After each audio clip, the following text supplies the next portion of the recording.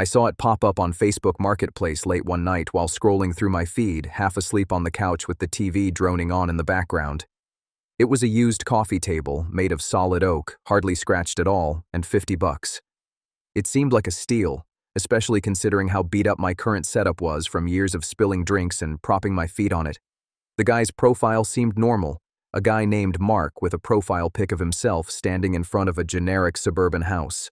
No red flags, no blurry photos, no zero friends. I immediately messaged him asking if it was still available, and he wrote back within minutes saying, "Yeah, come on by tomorrow afternoon if you're free." His address was in a neighborhood not too far from my own, maybe 20 minutes away, so I figured why not. I could use something sturdy to replace the wobbly IKEA crap I'd been dealing with since moving into this apartment last year after the breakup. The next day, I drove over after work, and when I got there, Mark answered the door almost right away. A middle-aged guy wearing jeans and a polo shirt, balding a little but with a firm handshake and a friendly smile that helped me relax. He showed me into the living room where the table was, and it looked great. No hidden problems like you sometimes find with these kinds of deals. We talked for a minute or so about nothing important, how he bought it from someone who was selling the house out of the estate and was downsizing now that his kids were off to college, and I nodded along, not really listening too closely because I was just eager to load the thing up and leave. He gave me the cash, and we went out to load up the table, and that was it. The deal was done, no hassle at all.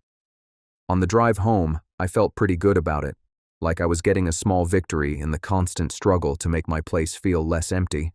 A couple of days later, I saw a friend request on Facebook from someone named Lisa, no mutual friends, and a picture of a woman in her 30s wearing sunglasses and standing in front of a beach background. Nothing out of the ordinary. I accepted the request without giving it a second thought, assuming she was one of those people who added people in groups that I was a part of, etc. She sent me a message that evening, saying, "Hey, saw your post about looking for furniture. I have a matching end table if you're interested." I hadn't posted anything about furniture in a while, at least not that I could recall, but I know the algorithms on Marketplace are weird, so maybe she saw that I was browsing for furniture or whatever. I politely declined, saying no thanks, I already got what I needed, and she sent back saying, "Okay, no problem, have a good night." That would have been the last of it, but the next day I saw another message from her saying, "Hey, do you like the coffee table?" Which seemed weird to me, since how would she know that I was looking for a coffee table? I went back and looked through my messages and realized that I hadn't mentioned that to her. So I thought to myself, maybe Mark told her. Maybe they're connected somehow. Maybe they're friends or something, selling stuff together, etc. I didn't bother responding, just let the message sit there unread and went about my day at the office, buried in a million emails and meetings that lasted forever. Over the weekend, I rearranged the living room slightly by placing the new table against the wall under the window. And that's when I spotted a small envelope hidden under one of the legs of the table, probably from when it was in Mark's place. Inside the envelope, there was a folded piece of paper with handwriting in block letters that said, "Enjoy the table. It's seen a lot of good times." Nothing weird about that. It's just something the seller might have done to personalize the sale, but for some reason, it made me stop for a second and wonder why the seller never mentioned that when I bought it from him. I discarded the envelope and forgot about it until Monday night when Lisa sent me another message with an attached photo. This time, it was a photo of a living room that looked familiar somehow, with the same coffee table in the center and family pictures on the walls and a Christmas tree in the corner. The message said, "Reminds me of home. Does it fit well in your space?" I looked at the photo for a minute or two, trying to figure out why the living room in the photo looked familiar, and then it clicked. This was Mark's living room, or at least it looked like the part of the living room that I saw when I got the table from Mark. How did she have that photo? I typed out a message asking who she was and how she knew Mark, but she never replied right away, and I went to sleep with my phone still in my hand and the message still in my drafts. Work was busier that week, what with the deadlines piling up and my boss breathing down my neck regarding the quarterly reports, but I didn't give the messages much thought until Thursday, when I got another friend request, this time from a profile named Alex, a guy whose profile picture is him hiking in some mountains. Again, no mutual friends, but I accepted anyway, thinking, why not? My friend list was full of acquaintances anyway. Alex didn't message me or anything, but the next day he commented on one of my old posts from months ago, the one where I shared a picture of my dog from when I still had her, before she got sick, and I had to put her down. His comment was simply, "Cute dog, miss her?" Yeah, the post was public, but there was something in the comment that seemed too pointed, like he knew more than what he could get from the post itself.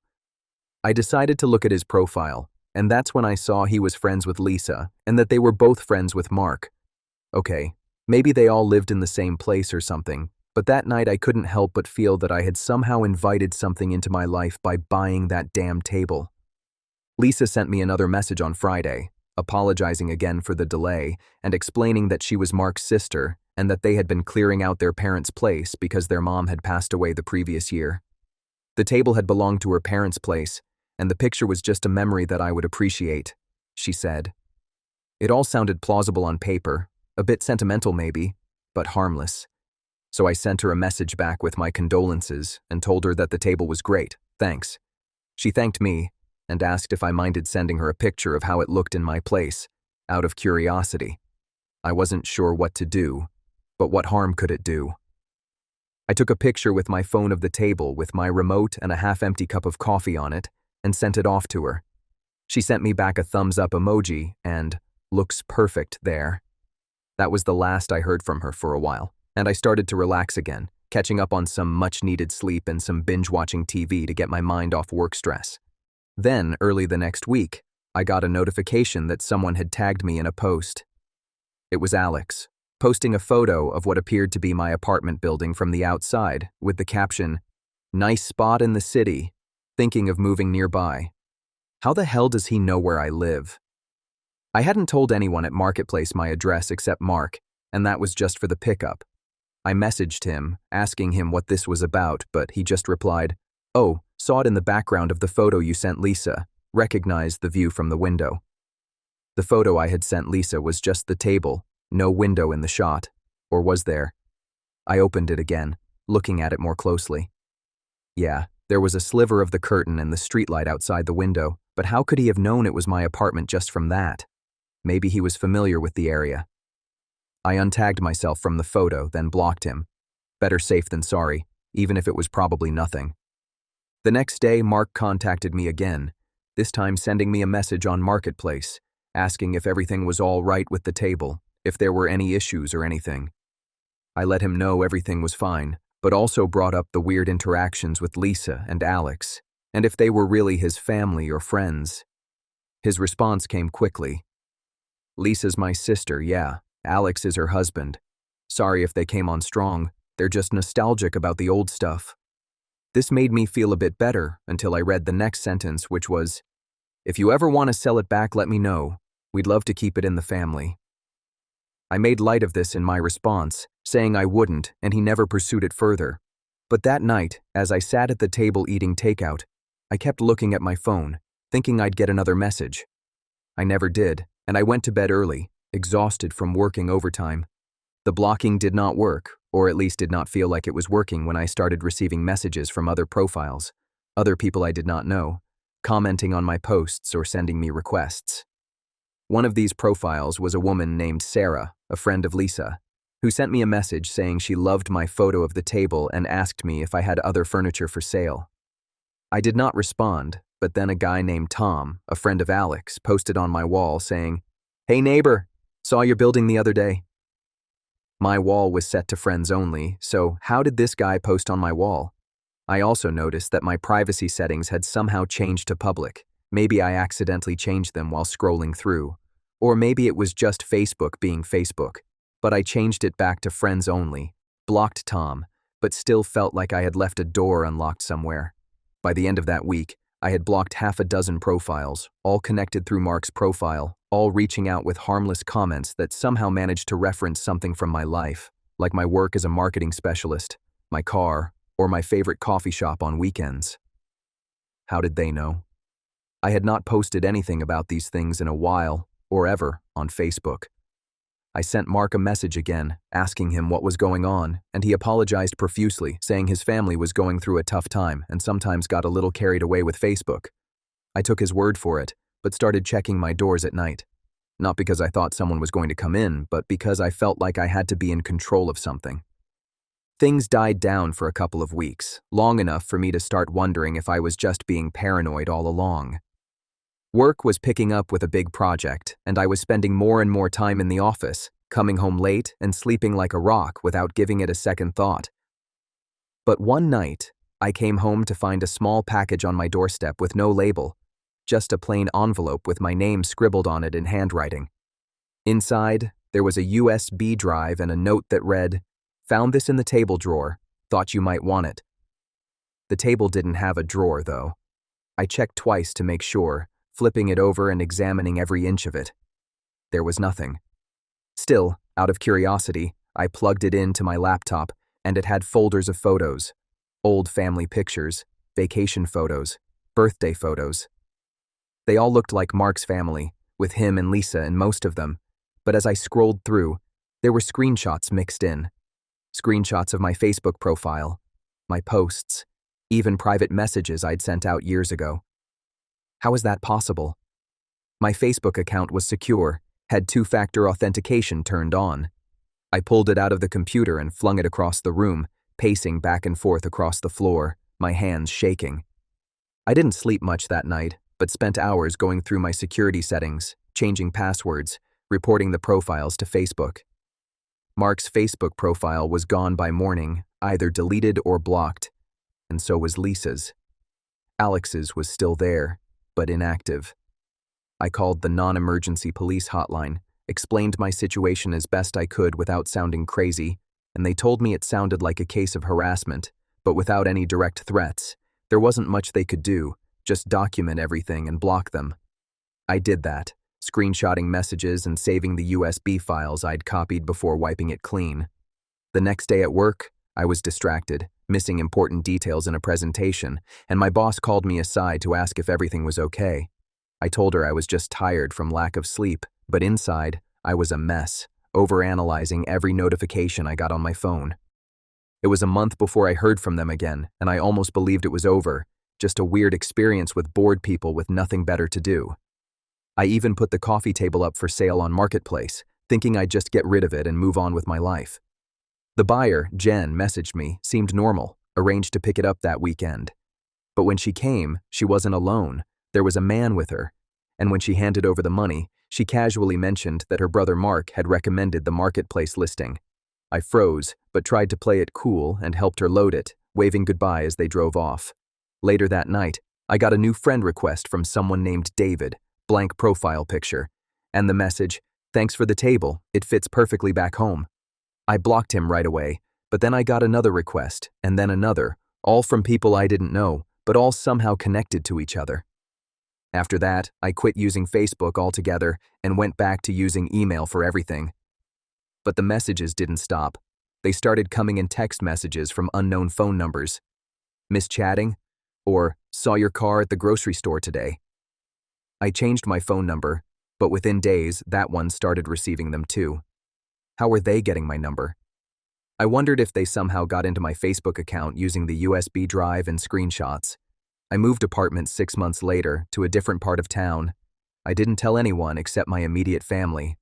The first week in my new place was peaceful until I got a delivery I hadn't ordered. A small box with a note inside that said housewarming gift and a picture of my old living room with the table in it, circled in red pen. It's been a year now, and I still get the occasional text or email from these burners. Nothing too suspicious, just enough to remind me that they're out there, watching from afar. I don't know who they really are, Mark, Lisa, Alex, or if those are even their names, or why they chose to contact me in the first place. Maybe it was just a random thing, a game to them, to see just how far they could take this person with bits and pieces of information obtained from a simple sale. I've started to double-check my locks, vary my routes to work, and steer clear of social media altogether. The fear doesn't come in a single, jolting realization. It's just this constant, low-level hum in the back of my head. This nagging fear of having shared too much without ever realizing it, and now it's out there. Bits and pieces of you floating around in the virtual world, just waiting for someone to assemble them into something you never intended to give to anyone. I'm writing this on a library computer because I no longer trust my own equipment, and even here, I find myself glancing over my shoulder every few minutes. So, if you're reading this, let this be a warning. Be careful what you buy or sell online, because it may not always be just a thing. It may be an invitation you can't take back. That was the start. But wait, I have to keep going because there is more to it, more that has been building up over time that I have yet to touch on. And after that, well, after that move, I thought I had left them all behind. But then when I got my new job, I had to get a new job because these distractions were becoming too expensive to ignore. I started to notice that people around me were getting friend requests from profiles that seemed familiar, old friends of Mark's. One of my coworkers, this guy in accounting, mentioned in passing that someone had asked about me online, that they said they were an old friend just checking in. I played dumb, but really, I was piecing it all together in my mind. They were infiltrating my professional life now, maybe through LinkedIn or something that I had been unaware of. I deleted that account too, went dark on all of it. But even that isolation started to creep in, and every interaction started to feel suspicious. And then there were all these other little things, like when I found my mail opened and resealed, or when packages started showing up that I had searched for online in incognito mode, like that book on internet privacy and that VPN subscription flyer. Coincidence? Maybe. But all these things added up to something else, to them telling me that they're still here, that they know what you're thinking. I went to therapy for a while, talked to this woman about my anxiety and paranoia, and she told me that it could be stress-induced, that all these things could be unrelated and my mind was just making these connections. And I wanted to believe that, I really did. But when I got home one day from therapy and found this note slipped under my door that read, "Hope therapy helps," well, that was it. Who could I trust? Not even myself, because my mind would start to ramble on, going over all these conversations that had happened over the last year, and wondering if this barista or that guy in the park was one of them. Last month, I saw a man in the supermarket that looked like Mark, same build, same balding head. But when I approached him, he looked puzzled and said his name was John, and he had never sold any furniture. Was it him? Was he a look-alike? I have no idea, but I forgot my shopping and drove home. Well, I'm not going to say what I was going to say, but I'll say that I now shop online, have everything delivered. But that's dangerous too, because what if the delivery driver is connected? It's all very exhausting, this web of doubt. Sometimes I think about confronting them, tracking down the original address. But what if it's empty? What if it's full of people who deny everything? I suppose the horror is that it all began with something so mundane, a cheap table to fill a space. But now my life is like this, always on the lookout for dangers in the most mundane. If anyone has any advice, don't bother offering it. I've tried everything, just be careful out there. That's all I can say.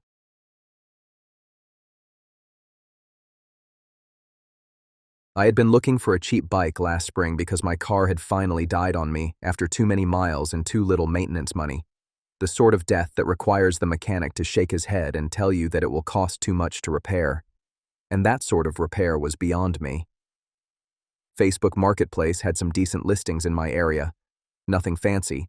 Just something reliable enough to get me to the grocery store and back without having to beg rides from coworkers who acted as if it were some sort of great honor when I asked, even when they said yes. One caught my eye right off, though. A hybrid bike, barely used, with new tires and everything, and the seller was a girl named Rachel.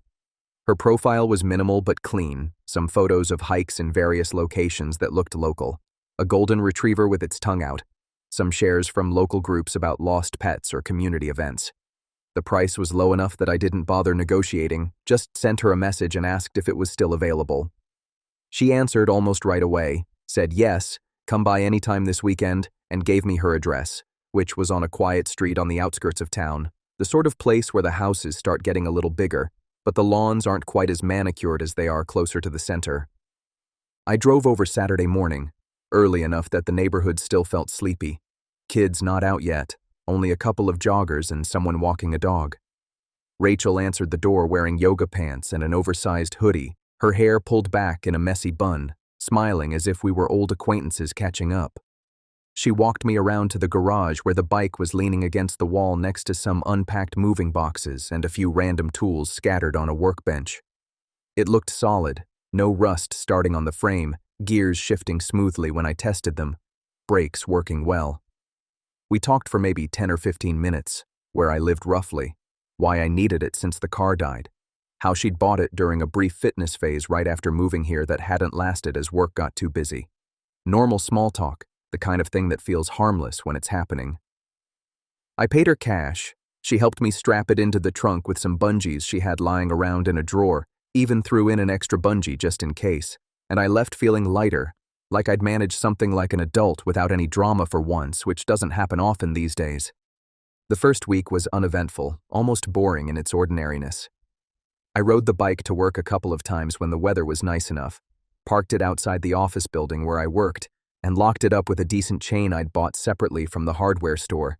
It got some attention in the break room, with people remarking on it, saying it looked new, asking where I got it. I told them Marketplace, whatever, didn't think much of it. Just the usual stories you hear about Marketplace. Good deals, weird people, no-shows, etc. Then one afternoon, I got home after a long shift, and there was a note taped to my apartment door. It was on plain white paper, folded over once, and had my first name written on the outside in cursive. Inside it said, "Glad the bike is getting use. Ride safe." No signature, no initials, nothing. I thought maybe Rachel had driven by the complex where I lived, saw me, remembered that I'd kind of mentioned where I lived when we talked in the garage. A little forward maybe, but not really cause for concern, so I just threw it away and didn't think about it again. Figured people are just really friendly sometimes. A few days later, another note was left, again with the same handwriting, and this one was slipped under the door when I came in from taking out the trash. "Saw you at the corner store yesterday. You bought the same energy drink I always get." I had not seen anyone paying attention to me at the store, but it was a small store and easy to notice people who were regulars there if one was paying attention. Still, it was enough to make me pay more attention when I was out and about, glancing around to see if anyone was following me or lingering around when I was at a crosswalk or driving home from work. I took a different route home from work that day, taking side streets instead of the main drag, even though it added a few minutes to my trip home. Nothing seemed out of place, no one following me or lingering around when I was at a crosswalk or in a parking lot. I told myself I was being silly, and that Rachel was just being friendly in that awkward and sometimes boundary-pushing way that some people can be after a transaction, especially if they live in the area and recognize people around town. And then the messages began. Not on Facebook. My account was still active, though I'd muted notifications for Marketplace and most groups anyway. These were coming through text, from a phone number without any associated name, local area code. The first one was innocuous. "How's the bike holding up?" I never replied. I blocked the number right away. The next day, I got another one. "The chain needs tightening soon. Don't wait too long or it'll skip." I blocked that one too, feeling a little silly but doing it anyway. But by the time I got the third one, "You ride past the park at 7:15 most mornings. Nice view from the bench there near the fountain." I'd already gone down to the carrier store and changed my number. I got a new SIM card, updated my contacts one by one, felt a small wave of relief when the texts stopped for almost a week, long enough that I started to breathe easy again. Work kept me busy enough to push it to the back of my mind most days.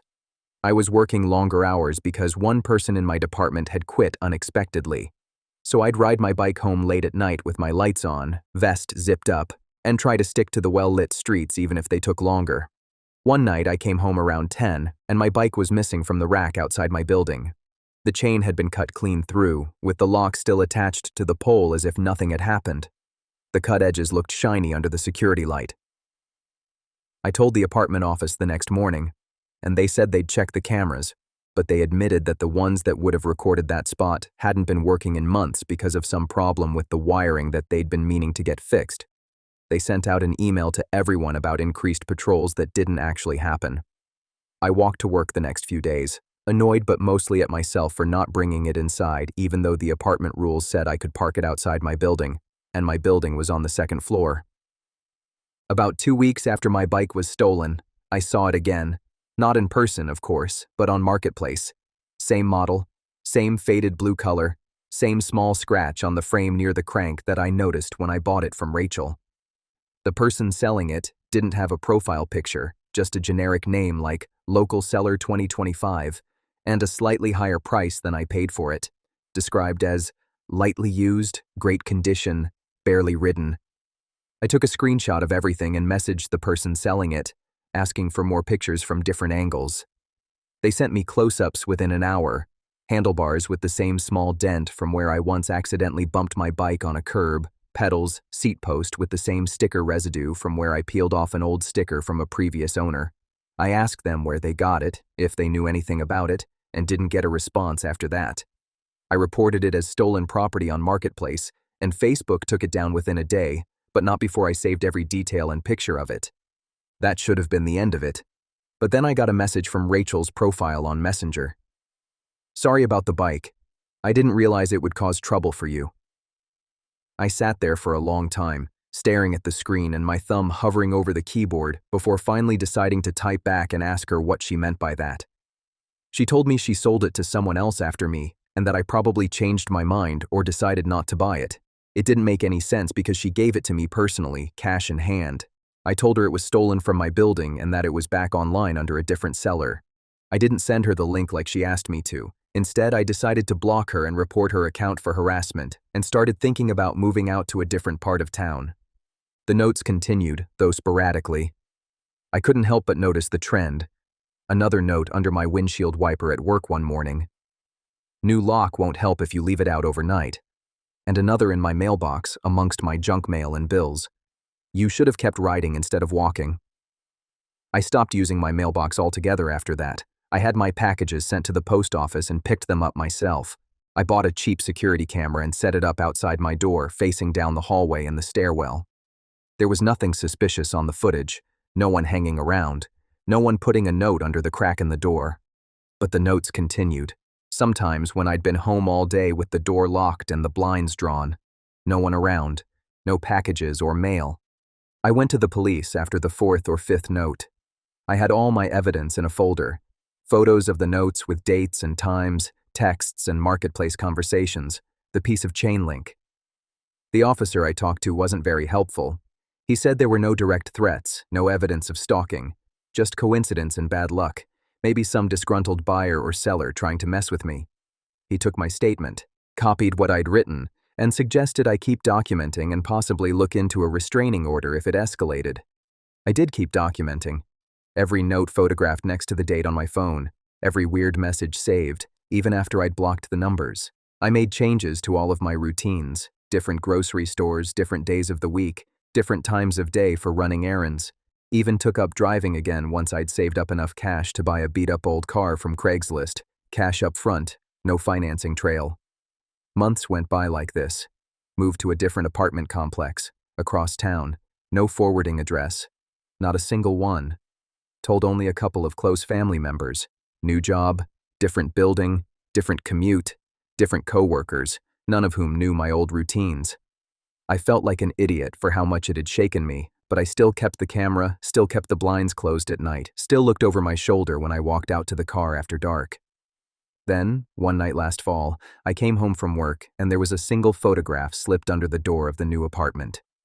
Me, photographed from across the street, outside of my old apartment, unlocking the bike the first week I'd gotten it. Early morning sunlight reflecting off the handlebars. On the back, in the same careful script, "Welcome home."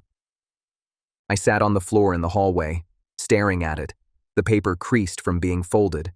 No one had followed me here. I had been careful, paranoid careful, varying routes, checking the mirror, never posting anything too specific. The photo was old, from before everything had escalated, but someone had kept it, waited months, delivered it now like a full stop at the end of a long sentence. I didn't call the police again.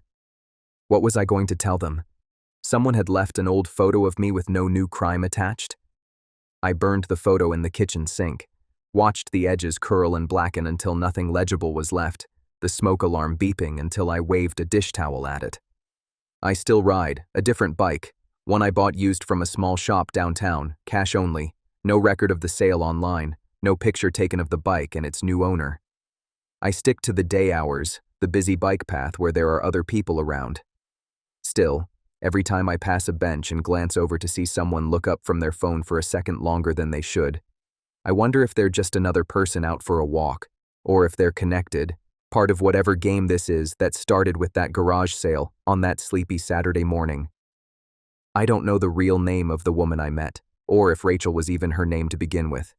I don't know if it was one person, doing this on their own for whatever reason I'll never know, or if there were several people passing information back and forth. If it was personal, something I'll never comprehend, or if it was simply random cruelty because I was an easy target.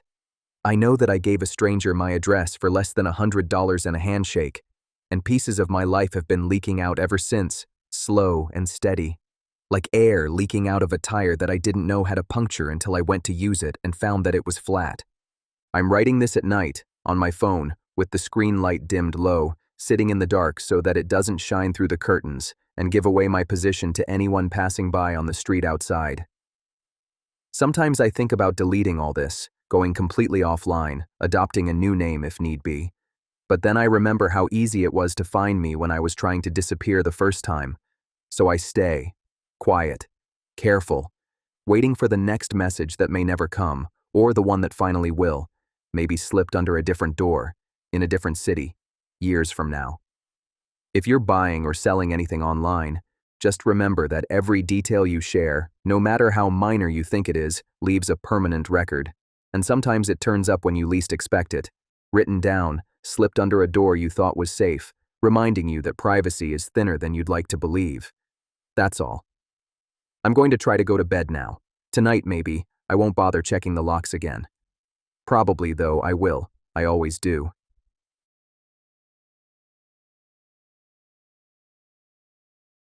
I've been sleeping on the floor for weeks now, because the old mattress was literally a torture device at this point. Lumps like fists under the surface, springs digging in no matter how I turned, and this weird smell that just lingered no matter how much baking soda or vinegar I used. My back had been killing me with these constant deep pains that made standing up from sitting in a chair feel like an actual challenge. And I'd wake up every couple hours with this sensation of someone kicking me in the kidneys while I was asleep. I kept thinking I'd get around to fixing it the next day, but the next day never came until one night I rolled over wrong and felt something pop in my lower spine, sharp enough that I gasped out loud in bed, lying there for a moment clutching the sheets, waiting for the pain to subside. That was it. I opened the app right there on my phone at 2 a.m., eyes burning from the glare of the screen, scrolling through marketplace listings like a man possessed, looking for anything that was halfway decent and wouldn't break the bank. Most of the queen mattresses were either overpriced for what they were, or looked like they'd been dragged through a flood, water stains blooming across the edges, or worse, covered in pet hair that the seller swore vacuums right off. Then I saw Travis's post. Queen mattress plus box spring, almost new, need gone, ASAP. The pictures showed it propped against a wall in what looked like a clean garage, no stains, no tears. Memory foam layer still puffed up like it had barely been slept on. $150 cash, pickup only, no delivery bullshit, no holds without payment. His profile had nothing personal, no kids playing in the yard, no vacations, no selfies, just a default landscape picture of some snowy mountains and a few old comments in local buy/sell groups from months back. Mostly one-word replies like sold or still available. I messaged him anyway, half expecting no reply that late. But he wrote back in less than a minute. Still available, address attached, anytime after 5 tomorrow. I said I'd be there around 6:30. The drive over took longer than the GPS said it would, and the traffic got heavier the closer I got to the industrial part of town, where the streets got narrower and the houses got lower to the ground and the sodium lights hummed overhead. It was one of those old neighborhoods that got built back in the 70s or something like that, where all the houses are single-story ranch style with chain-link fences that sag in some places, and cars parked on the lawns because there aren't enough driveways or they're too cracked to drive on. Travis's house had peeling beige paint on the siding, a pickup truck in the driveway filled with flattened moving boxes and a couple of black trash bags tied at the top, and an older sedan with a dented fender and a hubcap that didn't match sitting next to it. I pulled up on the street, got the cash from the glove compartment, counted it twice under the dome light, and went up the cracked concrete sidewalk to the door. Travis answered before my knuckles rapped on the wood, tall, late 30s probably, short beard that hadn't been trimmed in a while, flannel shirt buttoned wrong at the top button, sleeves rolled wrong too. He didn't smile or offer his hand or anything. He just nodded once and stepped back to let me in and left the door open behind me. He didn't give a tour or make any conversation, just grunting this way, as he led me through a dimly lit hallway that smelled of old coffee and something else, something metallic, something I couldn't quite place, through a living room where the TV was on mute, showing some documentary about sea creatures, blue light shining on an empty recliner, and a half-eaten meal on the coffee table, into a back bedroom where there was nothing, literally nothing, except the mattress and box spring stacked on the bare carpet. No bed frame, no headboard, no sheets, no nightstand. Just the mattress, still half wrapped in that thin, crinkly plastic that movers use, the kind that sticks to your fingers when you touch it. It looked better than the pictures, actually, firmer than I expected when I pushed down on it with both hands. No weird smells, no discoloration, no yellowing around the stitching, no weirdness along the edges, no signs of old spills or stains. No nothing, really. Just a mattress, looking clean, looking new, looking like it had been taken care of, like it hadn't been used in a while, like it was just waiting for someone to come along and take it home, which, apparently, he was trying to do since he was in such a hurry to get rid of it. So I asked him the basic questions, like how long he'd had it, if it gave him any problems, and he told me he bought it new for his sister who was going to move in after her bad breakup. But she ended up staying with her ex instead, so he didn't need the extra bed taking up space, and he just kind of stared blankly ahead, his voice reading like a script he didn't particularly care about, his eyes drifting to the window a couple of times, and I counted out the money on the dresser and gave it to him. He stashed them away without counting them, and then he grabbed one end while I grabbed the other. We lugged it out to my truck in silence, the crinkling of the plastic with each step, scraping against the doorframe on the way out. He helped me maneuver it into the truck bed, and then he threw 2 ratchet straps from his garage on top of it and tightened them down so that it bowed in the middle. He didn't ask for any help getting it out of my truck and into my place either. Just nodded and said, "Take care," in that same flat tone, and went back inside while I was still buckling the tailgate closed, the door closing softly behind him. I got it home, lugged it upstairs alone because my building's elevator was out again, 3rd time this month, and propped it against the wall in my bedroom while I stripped the old one and lugged it downstairs to throw it away, grumbling to myself with each step. By the time I got the new one set up on the frame and made the bed with fresh linens from my closet, it was after midnight. I collapsed face first onto it and didn't move for hours, slept like a rock.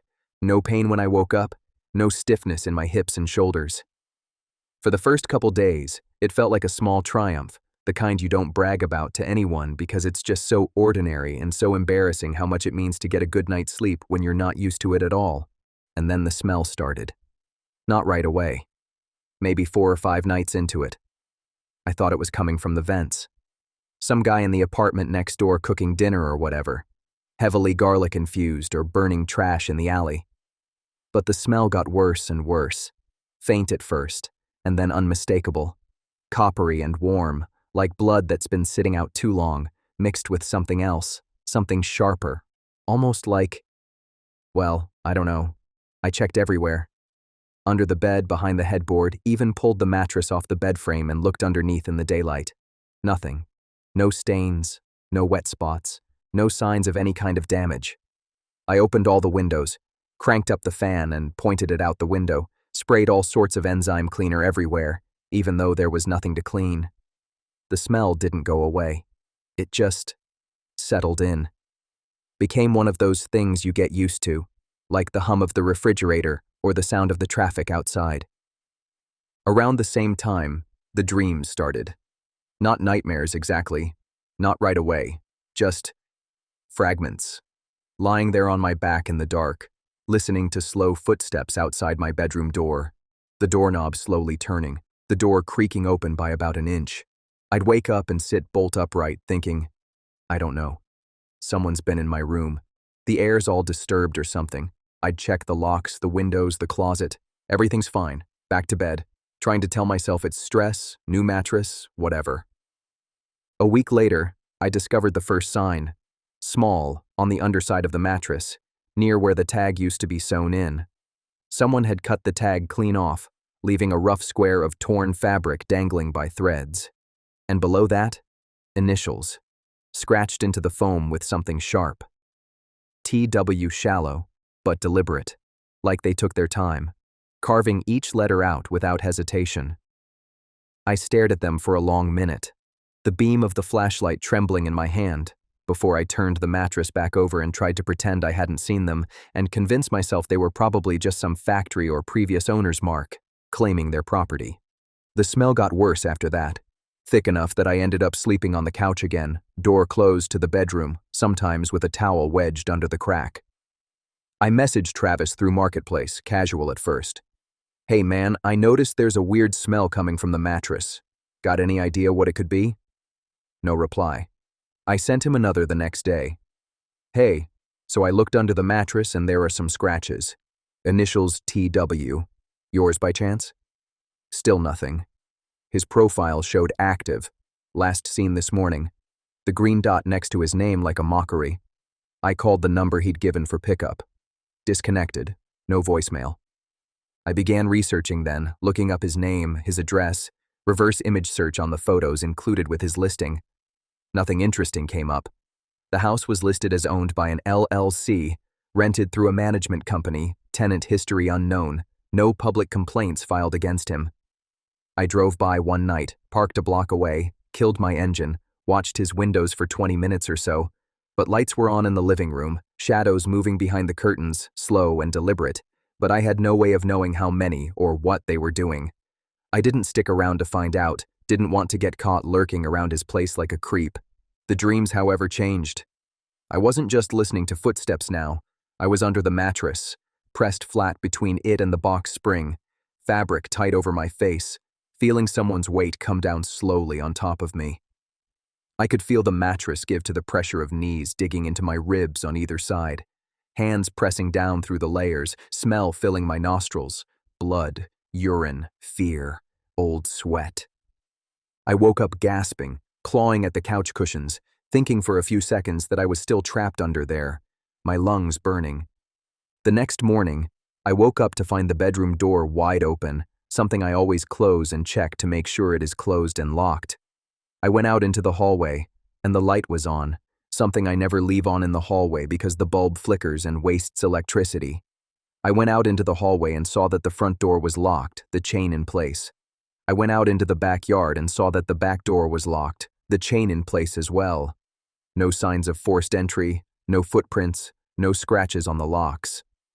I went into the bedroom and saw that the mattress was slightly askew on the bed frame, one corner of the mattress hanging off by 1 inch, as if someone had sat on the bed hard and then pushed the mattress back into place without a care about whether it was lined up correctly or not. And under that corner of the mattress, on the box spring, there was a smear of something dark red, sticky to the touch, the size of a handprint with the fingers spread out, not paint. I know what it is before I even bring my finger close enough to smell what it is. I did not call the police. I took the mattress out to the alley behind my building at 3 a.m. When the street was dead quiet, wrapped the mattress in heavy-duty plastic sheeting from the hardware store, duct-taped the seams so nothing could leak out, dragged the mattress out to the alley, and left it next to the dumpster with a note taped on in big letters. Do not take. Contaminated. Hazardous. Then I went home and scrubbed the floor on my hands and knees until my knuckles bled and the water in the bucket turned pink. Threw away the sheets, the pillows, the comforter, everything that came into contact with the mattress, and took it out to the trash compactor in the complex. But the smell lingered. Not strongly, not anymore, just faintly. On my clothes no matter how many times I washed them. On my hair when I showered. On the couch where I sleep now with one eye open. Sometimes it catches my notice when I turn my head too quickly or breathe too deeply. And the dreams still come. Last night I woke up on the living room floor instead of the couch. Don't remember how I got there. My back was arched, as if I was trying to push something heavy off my chest. My ribs ached. There are bruises on my sides this morning. Finger-shaped, deep purple, wrapping around my sides like someone had gripped me hard and held on. I still have the screenshot saved in a hidden folder. I still have his number in my call log, even though it's dead. I don't know what went on in that spare bedroom before I came along. Don't know whose blood soaked into the mattress slowly and deeply. Don't know whose initials are carved under the ticking like a signature left at the scene of the crime. I don't know if Travis sold it to me on purpose, if he knew what was inside and sold it to me anyway. or if he was just trying to get rid of the evidence as quickly as possible and sell it to the first idiot who messaged him. All I know is that I paid $150 for something that came into my house and still remembers what it was used for, whatever it remembers, whatever went down on that surface, whatever was heavy enough to press down and break something, whatever, it's sharing. I don't sleep much anymore. When I do, I leave all the lights on, every bulb in the apartment lit up. I keep a knife stuck under the couch cushion, blade exposed, wrapped in tape to make sure it doesn't shift around. I listen to every creak in the hallway, every slow turn of a doorknob I'm certain I locked twice. Most nights, nothing happens. But some nights, I feel it again. Feel the mattress beneath me even though it's gone. Feel the weight settling. Feel the air thicken with that smell. Feel fingers probing through the layers, probing for me. And I know, deep down where I'm unable to lie to myself anymore, that it's not done with me yet. I type this at dawn, sitting on the kitchen floor because I can see out the windows from here, see the street without standing in plain sight.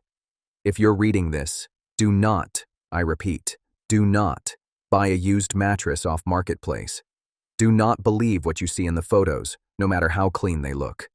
Do not believe what the person selling it tells you, no matter how normal they sound.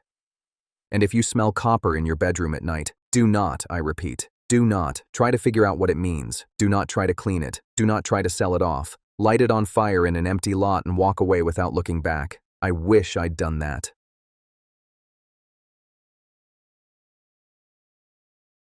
I've always despised how my bedroom resembled a storage unit explosion.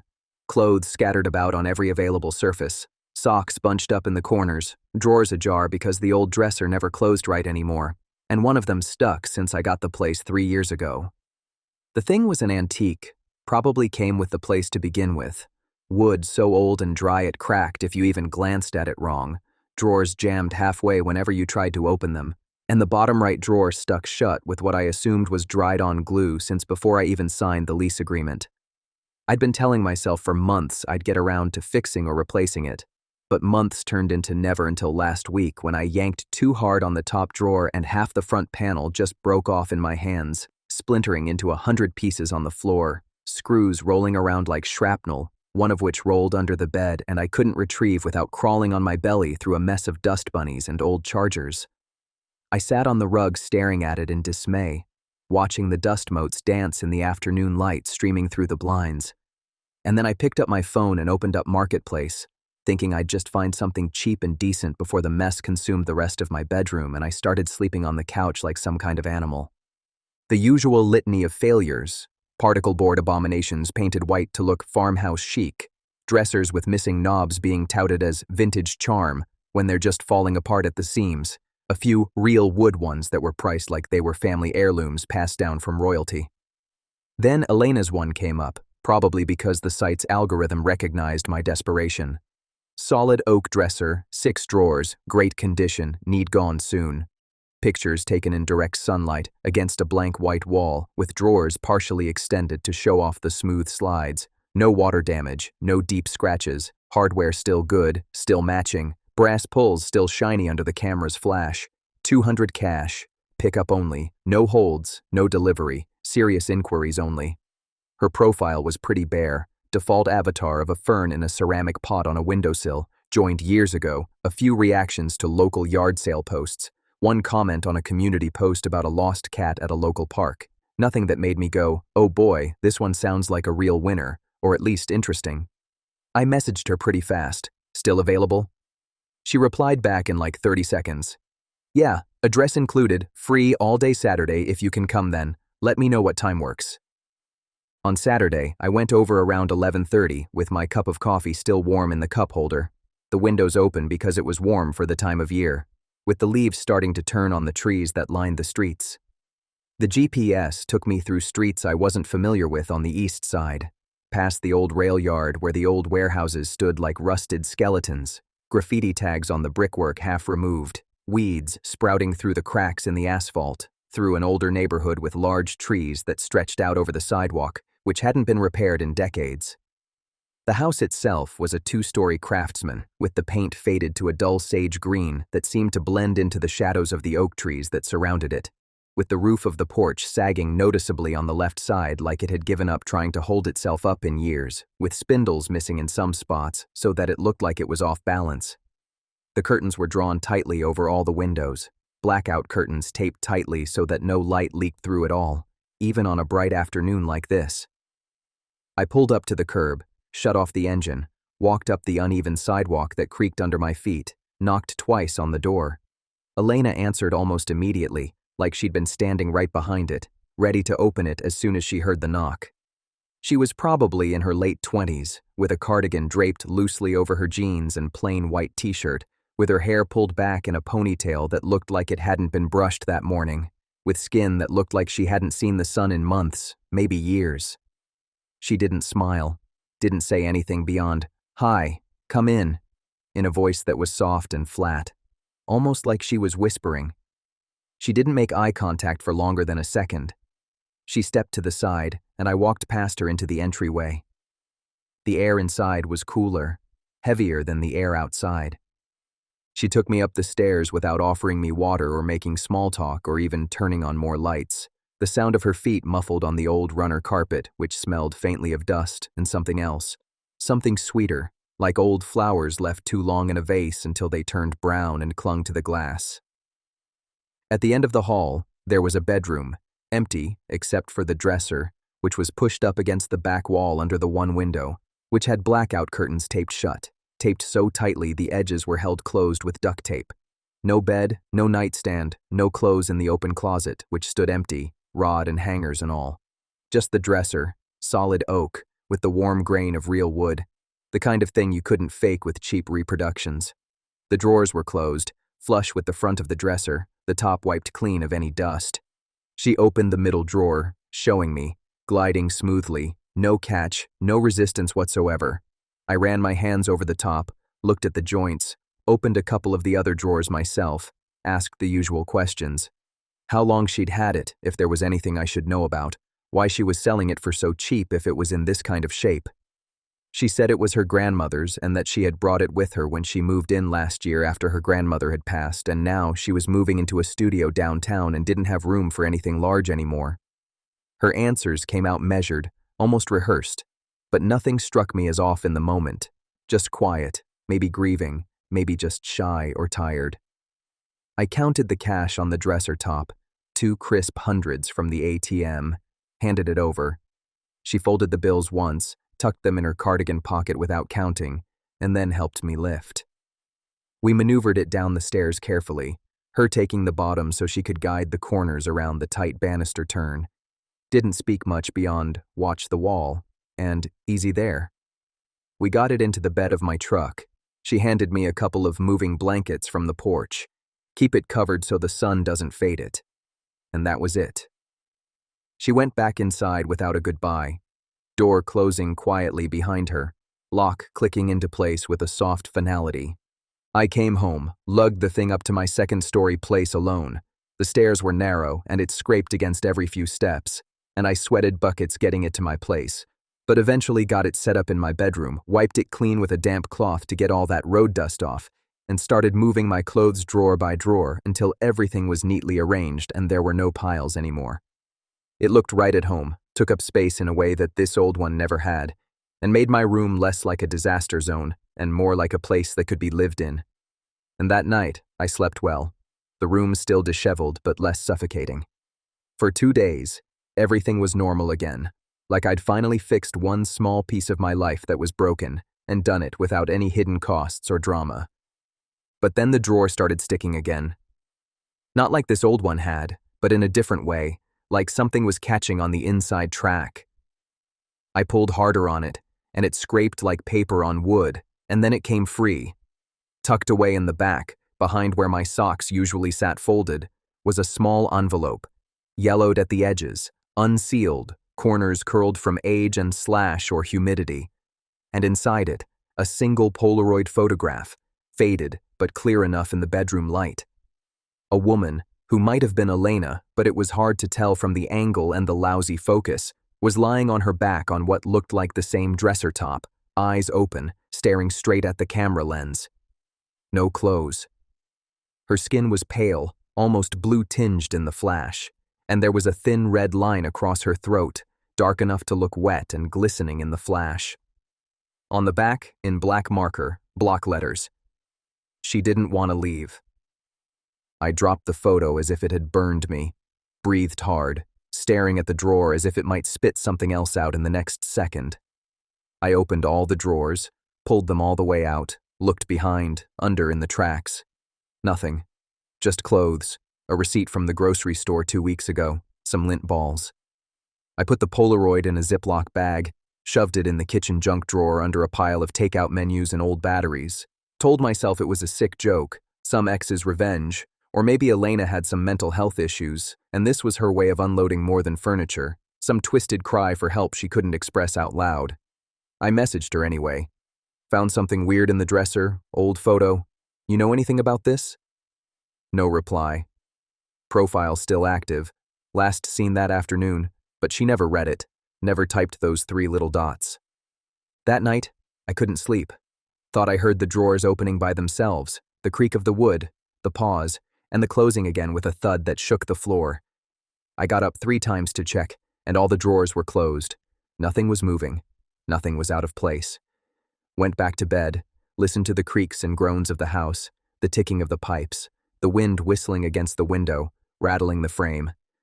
Around 4, I heard it again, louder this time, one drawer slowly being pulled out, like someone was savoring the sound inch by inch, like it was music to their ears.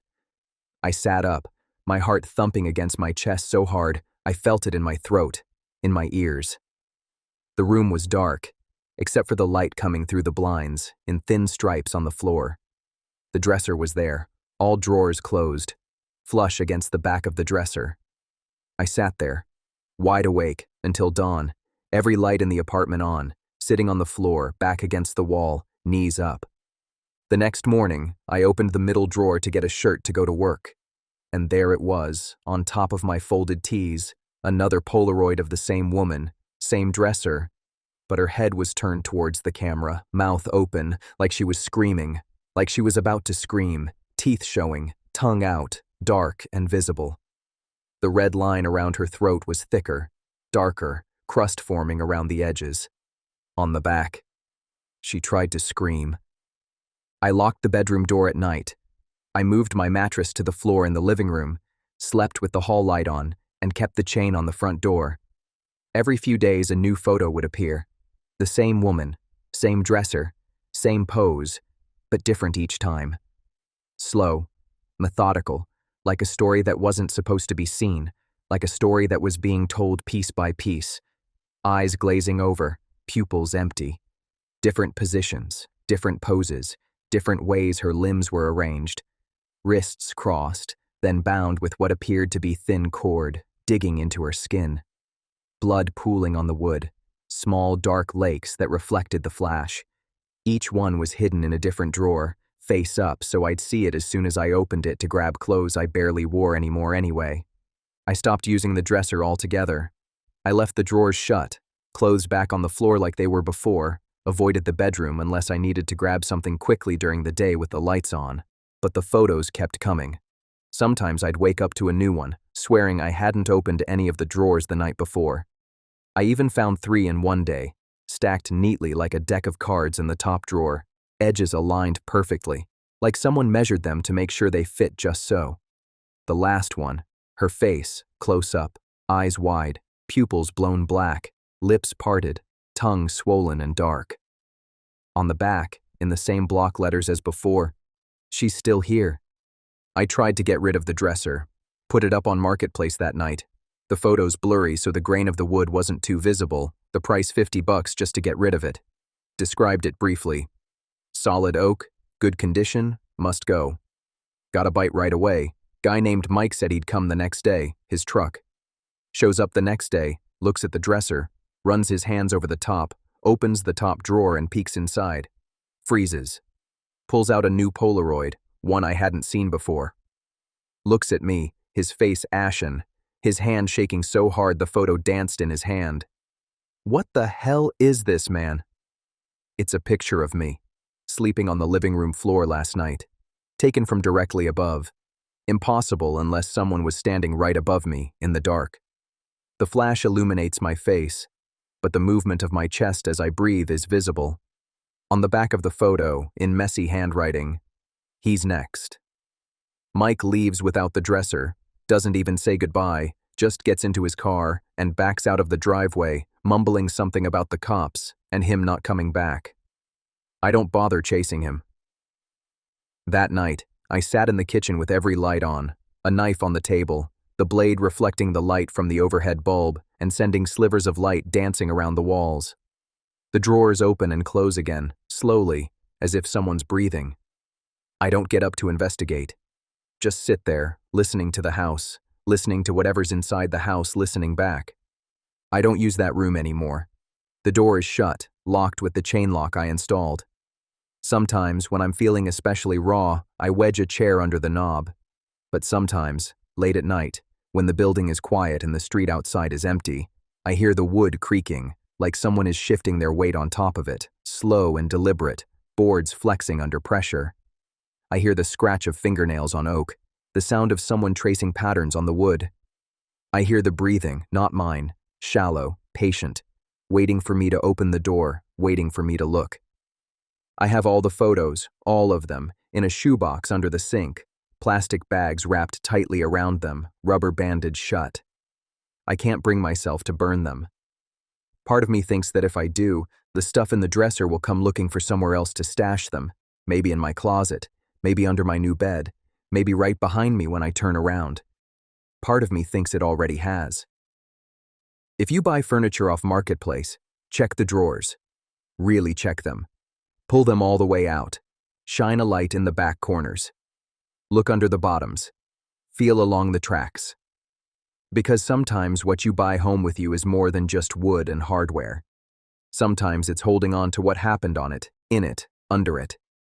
Sometimes, while you're not looking, it starts happening again, slowly, quietly, drawer by drawer, photo by photo, until there's nowhere left to hide.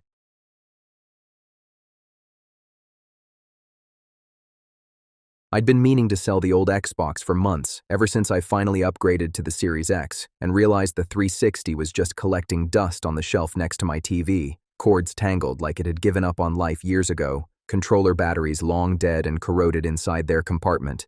The green power light faded to a dull gray from disuse.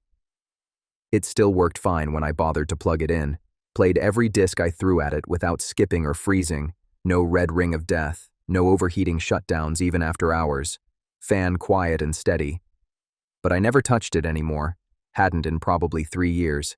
And every time I looked at it sitting there, I felt this low-grade guilt, like I was keeping an old dog that nobody walked anymore and nobody fed properly, just letting it waste away in the corner. So one night after work, feeling productive for once, I snapped a few photos in good light against the living room wall, wiped the dust off with a microfiber cloth I found in the kitchen drawer, tested it one last time with some Halo 3 multiplayer, just to make sure the disk drive still spun up smoothly and the online features connected without lag, then listed it on Marketplace. Xbox 360, slim 250 gigabytes, 2 controllers, one with worn grips from heavy use, bunch of games, Halo Trilogy, Gears of War 1-3, some others, works great, $120 cash, no trades, pickup only. I figured it'd sit for a week or two, maybe haggle down to 100 if someone lowballed me hard, but the first message came in before I even closed the app completely. Guy named Chris, profile pic of a sunset over water, no face, no personal photos, no friends list visible, said he'd take it tonight if I could meet, cash ready right now. Address he gave was about 20 minutes away, out toward the newer subdivisions where the houses all look the same. Beige stucco, 2-car garages, identical mailboxes on short posts. And the streets are named after trees nobody plants here anymore, just rows of young maples struggling in the dry soil. I said sure, threw the console, controllers, and a stack of games into a plastic tote from the garage, double-checked the cords were bundled neatly, and headed over after dinner, stomach still full from takeout tacos, the smell lingering in the cab of my truck. Chris met me at the door of a beige 2-story with solar lights lining the walkway that flickered weakly like they were on their last charge, porch light on, but dim enough that shadows pooled in the corners of the steps and under the eaves. Mid-30s maybe, clean-shaven, hoodie and cargo shorts despite the cooling evening air, handshake firm but quick, palm slightly damp like he'd just washed his hands. He invited me in to test it if I wanted, said he had an old CRT TV still set up in the garage for retro stuff, but I'd already done that at home, so I just set the tote on his coffee table, glass top, no coasters, a few rings from drinks that hadn't been wiped away, and watched while he counted out the bills on the arm of the couch. 620s, crisp from the bank, handed them over without looking twice or asking to count them himself. We talked for maybe 5 or 10 minutes. He said he was getting back into retro gaming after a long break, wanted something simple to play with his kid on weekends when he had custody, mentioned the boy was 8 and loved Halo, but Chris didn't want him on the new stuff yet because of the online toxicity and the microtransactions. Normal conversation, nothing weird, nothing that set off alarms in my head. He even laughed once when I mentioned how many times I'd fallen off the map in Halo 3 Forge trying to build stupid towers. I left feeling good about it. Easy money, no haggling, no no-shows, no awkward small talk that dragged on past politeness. Drove home with the windows down, radio low on some classic rock station playing Zeppelin, already thinking about what I'd spend the cash on, maybe new tires for the car before the tread got too thin, or just takeout for a week without feeling guilty about the delivery fees. A couple days later, I got a friend request from someone named Sarah. No mutuals, profile pic of a coffee mug and an open book on a table in soft lighting. Bio just, living my best life with a heart emoji, joined years ago but barely any activity. I accepted because why not? My friend list is mostly people I barely know anyway. Acquaintances from old jobs or high school I never unfriended after moving away. She didn't message right away. Then Thursday night my phone buzzed while I was watching a show on the couch. "Hey, saw you sold the Xbox to Chris. How much did he pay?" I stared at it for a second, confused, thumb hovering over the keyboard. I hadn't posted about the sale anywhere public. No status update, no story, no comment in any group. I typed back asking how she knew about it, who she was, how she even found my profile. She didn't reply. Blocked her the next morning when no answer came, figured it was some weird marketplace bot or a stalker thing. Happens sometimes with these apps, people scraping data or using third-party tools to track sales. Then Chris messaged me on Messenger the same day, afternoon, while I was at work, scrolling during lunch. "Hey man, quick question. Did the console come with any old save files or profiles on it? Trying to figure out some game progress on one of the Halo campaigns, like the one where you're stuck on the library level." I told him I'd wiped everything before listing, factory reset the whole thing twice, no accounts logged in, no cloud saves linked that I knew of. He said thanks, no big deal, appreciate the honesty, just checking. But the way he phrased it stuck with me, too specific, like he was fishing for something beyond just game data, mentioning that exact level like he knew I'd played it a lot. I didn't think much more about it until the weekend, when I went out to get the mail Saturday morning and found a small USB drive taped to the inside of my mailbox door with black electrical tape. No label on the outside, just my first name written in thick Sharpie block letters. I brought it inside, plugged it into my laptop at the kitchen table, heart picking up a little. Inside the drive, a single folder labeled Backup, and inside that, dozens of screenshots, my marketplace listing page with the photos I took, my Facebook profile main page, zoomed-in shots of my conversation thread with Chris including the timestamps, even a photo of my truck parked in his driveway the night I dropped it off, license plate blurred but the dent on the rear bumper clear as day, time-stamped 8:47 p.m. At the bottom of the folder, a text file opened in Notepad. "Thanks for the console. It remembers you. We all do. You left something behind." I yanked the drive out, threw it in the trash under the sink, then dug it back out because my prints were on it now, wiped it frantically with a cloth from the counter, then took it to the garage and smashed it with a hammer until it was plastic shards and tiny circuit board fragments scattered on the concrete floor. My hands were shaking the whole time, knuckles white around the handle, small cuts on my fingers from the edges. I changed every password I could think of, enabled two-factor on email and socials, ran a full scan on my computer for malware even though I knew it wouldn't find anything obvious. For a week, nothing happened. I started to convince myself it was a prank, Some elaborate troll from a bored neighbor who saw the transaction, or maybe someone who knew Chris and thought it was funny to mess with buyers, maybe even Chris himself testing how far he could push. Then, the packages started arriving. First one was a plain envelope in my mailbox. No postage, no return address. Just my name in the same Sharpie block letters. Inside, a printed screenshot of my Xbox Live profile from years back. Gamertag I hadn't used since college. Achievements for games I'd forgotten I ever played. Friends list with people I hadn't talked to in a decade, some of whom I didn't even remember adding. Others who'd moved away or passed on. On the back of the paper, handwritten in the same block letters. We played together once. You don't remember the match, but I do. Every second, every kill, every death. Second package came a few days later. Small cardboard box left on my doorstep while I was at work. No delivery label, just taped shut with clear packing tape. Inside, one of the controllers I'd sold. Same scuff on the left bumper from when I dropped it during a late-night session years ago. Same worn D-pad with the rubber peeling at the edges. Same faint Sharpie mark on the battery cover where I'd written my initials as a dumb kid trying to keep track of my stuff. No note this time. Just the controller, wrapped in a clear plastic bag like evidence from a crime scene, the bag sealed with a twist tie. I stared at it on my kitchen counter for an hour, turning it over in my hands, pressing the buttons to see if it still vibrated, then bagged it again and shoved it in the hall closet, door shut tight, pushed to the very back. The messages kept coming, different numbers every time, burner apps probably, different Facebook accounts that got created and deleted within hours, sometimes minutes. Remember the night you stayed up until 4 a.m. on Reach? You were on fire that match, went 28-7. Your K/D was trash, but you were fun to party with. Always laughing in chat, even when you were losing. We were in the same lobby when you rage quit after that betrayal medal. I laughed for days, still do. Details they shouldn't have known unless they'd been there, unless they'd been in the voice chat listening to every word, unless they'd recorded it or saved clips or somehow pulled metadata that shouldn't exist anymore. I reported everything to Facebook, blocked every account as soon as it appeared, deleted my old Xbox account entirely, even contacted support to deactivate the gamertag permanently. Didn't help.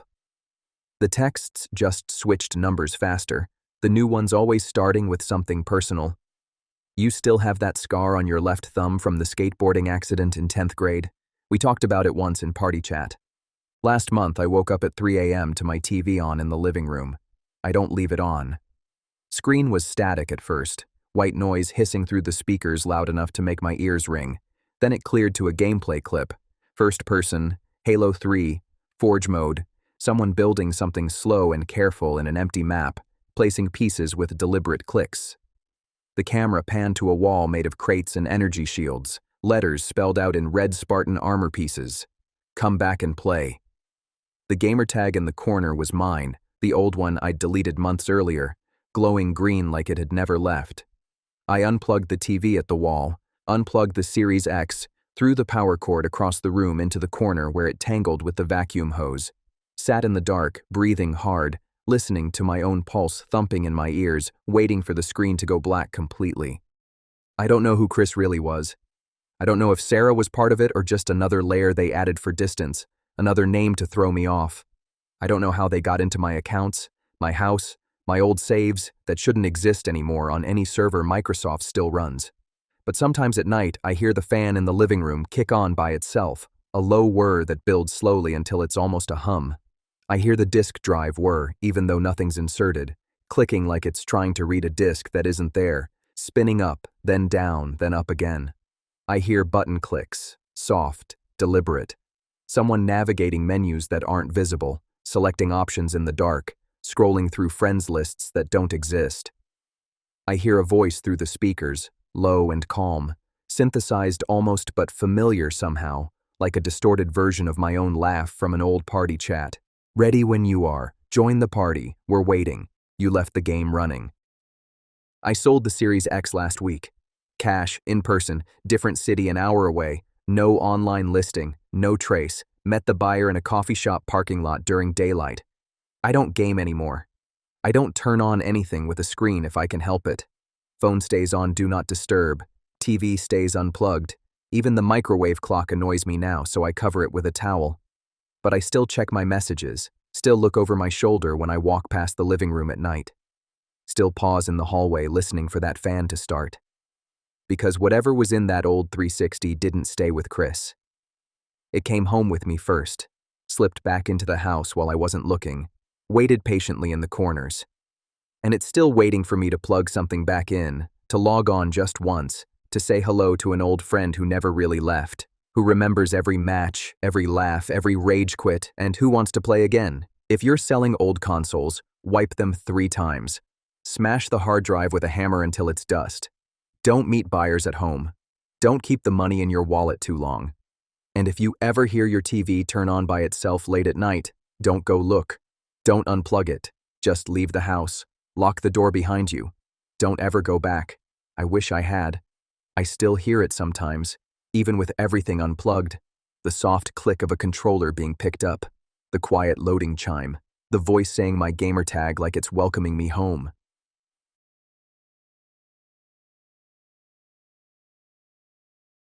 I finally got around to selling my acoustic guitar last month because it had become this silent roommate in the corner of my bedroom, leaning against the wall next to the laundry hamper, strings so oxidized they looked like they were coated in ash, body scratched from years of being dragged in and out of cars for open mics that stopped happening after college, fretboard worn smooth where my fingers used to press the same chords night after night until calluses formed and then softened again from neglect. I used to play it almost every day, finger-picking old Dylan tunes or strumming through whatever new song I'd learned off YouTube, sometimes recording rough takes on my phone just to hear how the room sounded with music in it. The natural reverb from the bare walls making everything feel fuller than it really was. But the job started eating more hours. The apartment got smaller when my roommate moved out, and I didn't replace him because the rent was already pushing my budget, and the guitar just sat there collecting a thin film of dust that I'd blow off occasionally when the guilt hit hard enough to make me actually pick it up for 5 minutes, strum a few bars, then set it back down feeling worse than before. One Sunday afternoon, I restrung it with the last pack of mediums I had left in the drawer under the sink, tuned it up until the notes rang clear and bright without any buzzing or dead spots, played through a few songs to make sure the action wasn't too high and the neck hadn't twisted too badly from the dry winters here and the humid summers. Then took photos by the window with natural light, no filters, just the guitar propped on a chair with the hard case open beside it like it was ready to go on tour again, even though it never really had. Listed it on Marketplace that night. Martin D16 RGT acoustic, solid spruce top, rosewood back and sides, good condition overall, plays great with low action, hard case included, $900 cash. I knew it was a fair price for a used Martin. People pay more for worse ones with cracked tops or high action, but I wanted it gone quick. No endless haggling, no flakes wasting my time with, "Is it still available?" messages weeks later or, "Can you ship?" when I clearly said local pickup only. The first message came in while I was brushing my teeth before bed, foam dripping onto the sink. Guy named Daniel, profile pic of a black and white mountain landscape, no people in it. Said he'd take it sight unseen if I could meet tomorrow evening, cash in hand. No need to test if I said it played clean. Address was in a quiet part of town I knew vaguely, older neighborhood near the river, big lots, houses set back from the street with mature oaks and maples that had been there since the 50s, roots buckling the sidewalks in places. I replied sure, gave him a time around 7, said I'd bring it tuned and ready to play if he wanted to test it anyway. He said perfect. See you then. Thanks for the quick response. Appreciate it. I showed up right on time, guitar in the hard case slung over my shoulder like it weighed more than it should after all these years of sitting still. Parked on the curb because the driveway had 2 cars already, a sedan and an older pickup with a toolbox in the bed and a bumper sticker half peeled off. The house was a single-story mid-century with wide eaves and a low brick wall around the front yard, porch light on, warm yellow glow spilling onto the walkway and catching the edges of spiderwebs in the corners of the screen door, moths fluttering against the glass. Daniel opened the door before I knocked, 40-ish maybe, tall flannel shirt tucked into jeans, short hair going gray at the temples, smile that didn't quite reach his eyes but seemed friendly enough in the porch light, teeth straight but slightly yellowed. He invited me in, said his wife was out with the kids at her sister's so it was quiet tonight. Led me to the living room where he had a small amp and a stool set up like he'd planned to play right there on the spot, a glass of water sweating on the side table. I unzipped the case, handed him the guitar carefully, watched him cradle it like he already knew its balance. He sat down, strummed a few open chords, ran through a quick progression in G, then switched to something fingerstyle I didn't recognize, fast and intricate, the notes filling the room clean and warm, reverb bouncing off the hardwood floors. We talked for a bit, how long I'd had it, since junior year of college, bought it used from a music store downtown. Why I was selling, just not playing anymore, needed the space and the money. What kind of music I used to play, mostly folk, some indie stuff, nothing serious, just for myself. Normal seller-buyer stuff, nothing that felt forced or rehearsed. He counted out the cash on the coffee table, 900s, new bills straight from the bank, edges crisp, and helped me carry the empty case back to my car, even though I said I could manage alone, walked me all the way to the curb, said thanks again, shook my hand firmly with a dry palm, closed the door behind me with a soft click that echoed in the quiet street, porch light flicking off as I pulled away. I drove home lighter, pockets thicker, already thinking about the relief of having one less thing in the apartment to feel bad about ignoring, maybe even treating myself to a decent dinner out with part of the money, or finally fixing the leak under the kitchen sink. Put the cash in the safe under my bed, had a beer from the fridge, went to sleep with the windows open and the night air cool for once, river smell drifting in faintly. A few days later, I got a message from someone named Lauren on Messenger. No mutual friends. Profile pic of a woman's hand holding a coffee cup against a rainy window, bio blank except for a single quote about music healing the soul, joined 8 years ago. Hey, saw you sold the Martin to Daniel? Did he mention anything about the previous owner? I read it twice, confused, thumb hovering.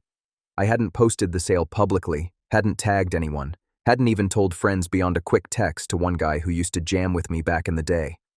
I asked how she knew, who she was, how she even found my profile. No reply. Blocked her that night. But the message sat in my head like a wrong note that won't resolve. Then Daniel messaged me the next evening while I was cooking dinner, stirring pasta sauce on the stove. Quick question. Did the guitar come with any old sheet music or picks inside the case? Found a couple things tucked in the pocket when I was cleaning it out. I told him the case was empty when I sold it. I'd cleaned it out completely, checked every compartment before photos, even shook it upside down. He said no worries, just checking, thanks for the reply.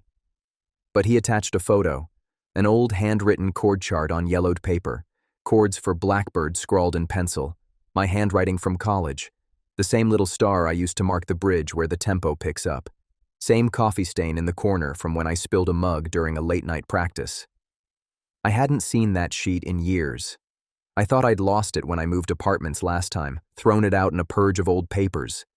I asked where he found it exactly, which pocket. He didn't answer. The message just sat there read, no dots, no follow-up.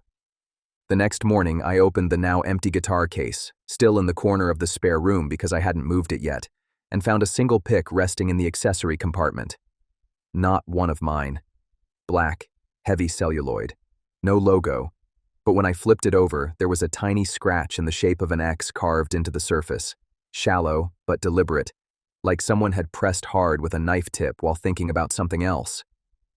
I threw it away in the kitchen trash, felt stupid for even noticing it, but the unease settled in like damp cold that won't leave your bones no matter how high you turn the heat. Over the next couple weeks, things got quieter at first, then stranger in small ways that added up until they weren't small anymore. I'd come home from work and find my bedroom door ajar when I swore I'd closed it tight that morning. Latch clicked shut. The apartment would smell faintly of rosin or old varnish, like someone had been handling wood and strings recently, even though the guitar was gone and the case was closed. One night I woke up around 3 to the sound of soft strumming, distant, muffled, coming from the spare room where the case still sat empty against the wall. The opening riff of Tears in Heaven, picked slow and careful. I got up, checked, nothing. Door closed, room dark, no sound but the hum of the fridge and the faint drip from the bathroom faucet. Went back to bed telling myself it was the building settling, pipes expanding in the walls, neighbors through the thin walls playing something similar on their own guitar. Then the photos started showing up. First one slipped under my apartment door while I was at work. Printed picture of the Martin. Same angle I'd used for the listing, but taken in different light, like at dusk, propped on someone's knee in a dimly lit room with wood paneling in the background and a half-empty bottle of bourbon on the floor. On the back, handwritten in neat cursive, "It still plays the songs you taught it. Listen close at night." Second one, few days later, in my mailbox mixed with junk mail and bills, close-up of the headstock, my old initials scratched into the back of the peghead from when I was 20 and thought it was cool to mark my stuff. Something I'd forgotten about until I saw it again in sharp focus. The scratches deeper than I remembered. No note that time. Just the photo. Edges slightly curled like it had been handled a lot. Corners soft. I stopped sleeping in my bedroom after that. Moved to the couch, kept the lights on in the living room, started checking the locks twice, 3 times. Even wedged a chair under the knob some nights when the quiet felt too heavy and the shadows in the hallway looked wrong. One evening I came home and the case was open on the floor, lid back, as if someone had looked inside for something they expected to find. The velvet lining pressed down in the shape of a handprint, faint but unmistakable. Nothing missing, nothing added. But the lining felt warm to the touch, like it had been held recently, the fabric still holding body heat that shouldn't have been there. Last week I listed the case for sale separately, cheap, $20 just to get it out of the apartment and break the last connection. Buyer came by, older guy with a beard and a truck full of tools, didn't ask questions, paid cash and left without opening it, said he'd use it for his kid's violin. That night, the strumming started again, louder, clearer, coming from the empty corner where the guitar used to stand. The opening to "Wish You Were Here" note for note, slow and deliberate, the way I used to when I was alone and thought no one could hear me messing up the bends or the timing on the solo. The sound stopped when I stood up to check. Room empty. But the air felt thicker, like someone had just left through a door I couldn't see, leaving behind the faint scent of wood polish and sweat. I don't play anymore, don't own an instrument, don't listen to acoustic covers on YouTube or Spotify or even the radio if it's folk. But sometimes late at night I catch myself humming melodies I haven't thought about in years, and the notes feel like they're not entirely mine, like something is remembering them through me, guiding my throat to the right pitch, the right phrasing, the little slides and hammer-ons I used to do without thinking. I still get notifications from Marketplace sometimes, random accounts liking old posts or sending blank messages with no text, just a thumbs-up emoji or a music note or a single quotation mark. I don't open them. I delete them unread, but they keep coming from new profiles the next day. Last night I woke up on the couch to the sound of a single chord, open E minor, strummed once, slow, letting it ring out in the dark. It wasn't coming from the spare room this time. It was closer, right above me, like someone sitting on the armrest holding an invisible guitar, fingers pressing the strings that aren't there anymore. I didn't move, didn't breathe. The chord faded slowly, then nothing. I stayed awake until the sun came up, listening for the next note that never came. But I know it will, because the songs aren't finished, and whatever learned them from me isn't done playing. If you're selling a guitar you used to love, clean it out completely. Check every pocket, every seam, every hidden corner of the case. Burn the old sheet music you find, smash any picks left behind. Because sometimes the music doesn't leave when you sell the instrument. Sometimes it stays behind, waiting in the empty case, waiting for the strings to be strung again, waiting for fingers that know the chords by heart. And sometimes it finds its way back to remind you of the songs you left unfinished, the ones you never quite got right, the ones it wants to play one more time, with or without you holding it, with or without you breathing. I wish I'd kept it, or burned it. Anything but let it go to someone who already knew how it sounded in my hands, who already knew the songs I never told anyone I wrote in the dark when I couldn't sleep, who already knew the exact way my voice cracked on the high notes when I thought no one was listening.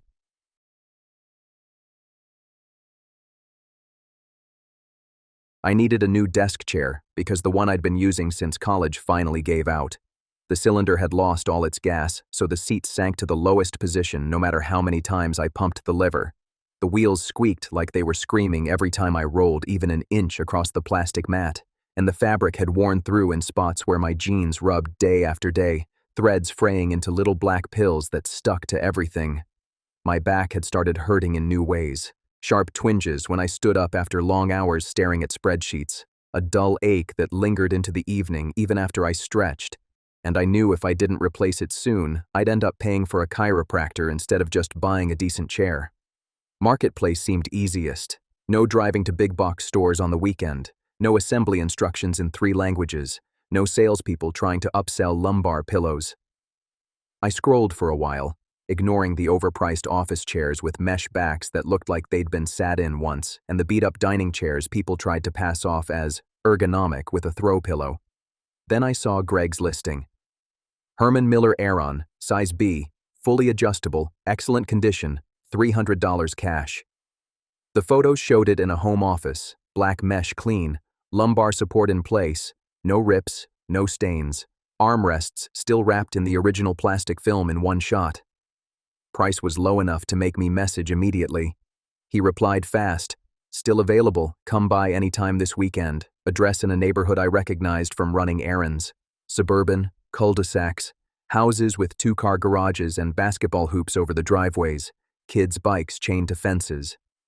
I drove over Saturday morning, coffee in hand, sun still low enough that the shadows stretched long across the lawns. The house was a 2-story colonial, white siding, black shutters, American flag hanging limp on the porch from lack of breeze. Greg answered the door in a polo and khakis, late 40s, short beard trimmed neat, glasses, handshake dry and professional like he was closing a deal. He led me inside to a home office at the front of the house, bookshelves lined with business books and a few framed diplomas, filing cabinet in the corner, the chair sitting in the center of the room like it was waiting for inspection under the overhead light. It looked even better in person. Arms adjustable up and down, tilt tension knob smooth, seat pan still firm with no sagging, mesh back unblemished. I sat in it, rolled it back and forth across the hardwood, leaned forward and back. No creaks, no wobbles. We talked for a minute. He said he'd bought it new for remote work during the pandemic, but switched to standing desks after his doctor told him to move more, didn't need it anymore, figured someone else could use it. Sounded straightforward, no red flags. I paid the $300s in cash. He helped me carry it to my car, strapped it in the back seat with some bungees he had ready in the garage, even adjusted the straps so it wouldn't shift on the drive. Said, "Enjoy, take care." Closed the door while I was still buckling the seatbelt, porch light flicking off as I pulled away. I set it up in my office that afternoon, adjusted the height so my feet were flat, the arms so my elbows were at 90 degrees, the lumbar knob until it pressed just right against the curve of my lower back. Felt immediate relief. No more lower back ache after 30 minutes. No more shifting every 10 minutes to find a position that didn't hurt. For a few days, it was just a chair. Comfortable, quiet, reliable. I worked longer hours without noticing the time, the mesh breathing against my shirt, wheels rolling smooth across the plastic mat I'd put down so it wouldn't scratch the floor. I even started sitting in it when I wasn't working, reading emails on my phone, scrolling, letting it take my weight without complaint. Then, I noticed the adjustment knobs felt warmer than they should some mornings. Not hot, just body temperature, like someone had been sitting in it recently, hands on the levers. I told myself it was the heater kicking on overnight, or residual warmth from the room, the way metal holds heat longer than you expect. Ignored it. But the chair started moving on its own. Small things at first. I'd leave it pushed in under the desk at night, come back from the kitchen with coffee, and it would be pulled out a few inches, like someone had sat down briefly and stood up again. I blamed drafts from the window I kept cracked, uneven floors in the old apartment, anything but what it looked like. I started taking photos of its position before I left for work, just to prove to myself I was imagining things. The photos showed it moved anyway, always a little farther out, always angled slightly toward the door. A week in, I found a single hair on the seat, dark brown, short, curled at the end. Not mine. I'm blonde, and the hair was coarse, almost wiry. I flicked it off with a finger, vacuumed the whole chair with the upholstery attachment, told myself it was from Greg's house, transferred during pickup when we carried it. But more hairs appeared over the next days, same length, same color, always one or two, always on the seat or caught in the mesh back like they'd been shed while someone leaned forward typing, always when I hadn't been home all day. I started checking the chair every morning before sitting down, brushing my hand across the seat, looking for anything out of place. Then the messages started. First, from a profile named Karen. No last name. Picture of a garden gnome holding a watering can. No friends visible. Account created that month. How's the chair working out? I hadn't posted anything about buying it. No status, no photo, nothing. I asked who she was, how she knew. No reply. Blocked. Then another account, Mark, same question. Comfortable yet? Blocked that one too. They kept coming. Different names each time. Different default pics, sunsets, flowers, stock puppies. Always the same phrasing. Settling in okay? Does it still remember the old rhythm? You sit the same way he did. I stopped responding, stopped checking notifications, turned off push alerts, but the unease grew like a low hum I couldn't turn off. One night I woke up at 2:47 a.m. to the sound of wheels rolling across the mat in my office. Slow, deliberate, like someone shifting weight from one side to the other, then leaning back. I lay there frozen, sheets pulled up to my chin, listening. The rolling stopped. A soft creak of the tilt mechanism leaning back, then forward again, the gas cylinder hissing faintly as it compressed and released. Then silence. I didn't get up to check. Couldn't make myself walk down the hallway in the dark. Next morning, the chair was exactly where I'd left it, pushed in, arms parallel to the desk. But the seat cushion had a slight depression in the center, like someone of average build had sat there for hours, the mesh pattern faintly imprinted with the shape of thighs and lower back. I started working from the kitchen table, kept the office door closed, sometimes locked. But the chair moved again, pulled out farther each time I checked, sometimes turned to face the door like it was waiting for me to come back in. One afternoon, I found the armrests adjusted narrower than I'd set them, like for someone with slimmer shoulders. The height lowered a couple inches, the lumbar knob turned up higher, more aggressive support that pressed too hard when I tried it. I reset everything, locked the office door, even put a doorstop under it from the inside so it couldn't swing open. Then the photos arrived. First one in my mailbox, no envelope, just a 4x6 print folded in half. The chair in Greg's office, same angle as his listing photo, but with someone sitting in it. Back to camera, head cropped out of frame, wearing a dark shirt, sleeves rolled to the elbows, hands resting on the armrests in the exact position I use when I'm thinking. On the back in black ink, "It fits you better than him. You'll see." Second one slipped under my front door while I was showering. Same chair, same room, but now empty. Seat still depressed. A faint outline of thighs and back visible in the mesh like a ghost image burned in. Handwritten on the back. "You're getting used to it. Good. Keep sitting." I tried selling it, listed it again on Marketplace, used the photos I'd taken when I bought it, price dropped to $200 just to move it fast. Got a buyer fast. Woman named Jen said she'd come tomorrow afternoon. When she arrived, she walked in, looked at the chair, sat down without asking, rolled it, leaned back, adjusted the arms. Froze. Stood up slowly, face pale. "There's something wrong with this," she said, voice flat, eyes fixed on the seat. She pointed at the mesh. In the pattern, pressed into the weave from prolonged weight, were faint letters.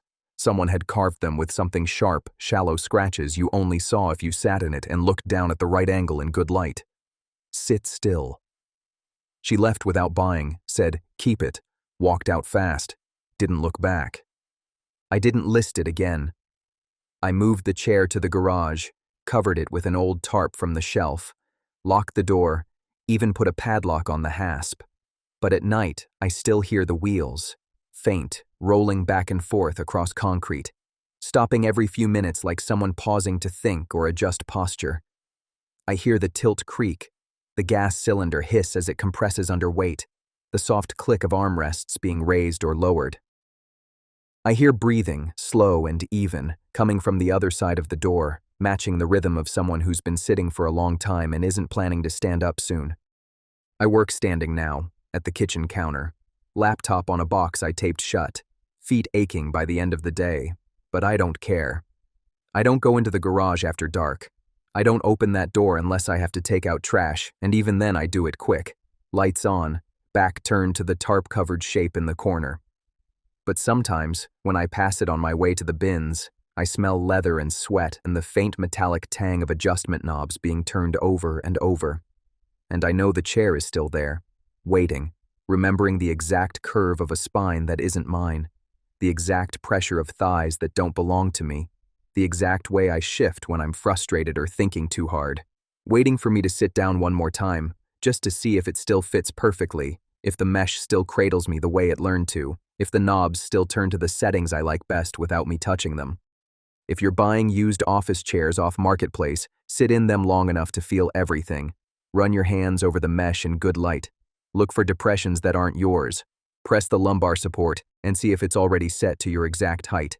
Because some chairs don't forget the people who sat in them. Some chairs learn your shape, your habits, your weight, your posture when you're tired or stressed or just zoning out. And when you bring one home, it doesn't always stay empty when you leave the room. Sometimes it fills itself, quietly, patiently, rolling a little closer each night until you can't pretend you don't hear it anymore, until the only way to make it stop is to sit down again and stay there. I wish I'd left it in Greg's office. I wish I'd never sat down. I wish I hadn't noticed how perfectly it fit me from the very first time.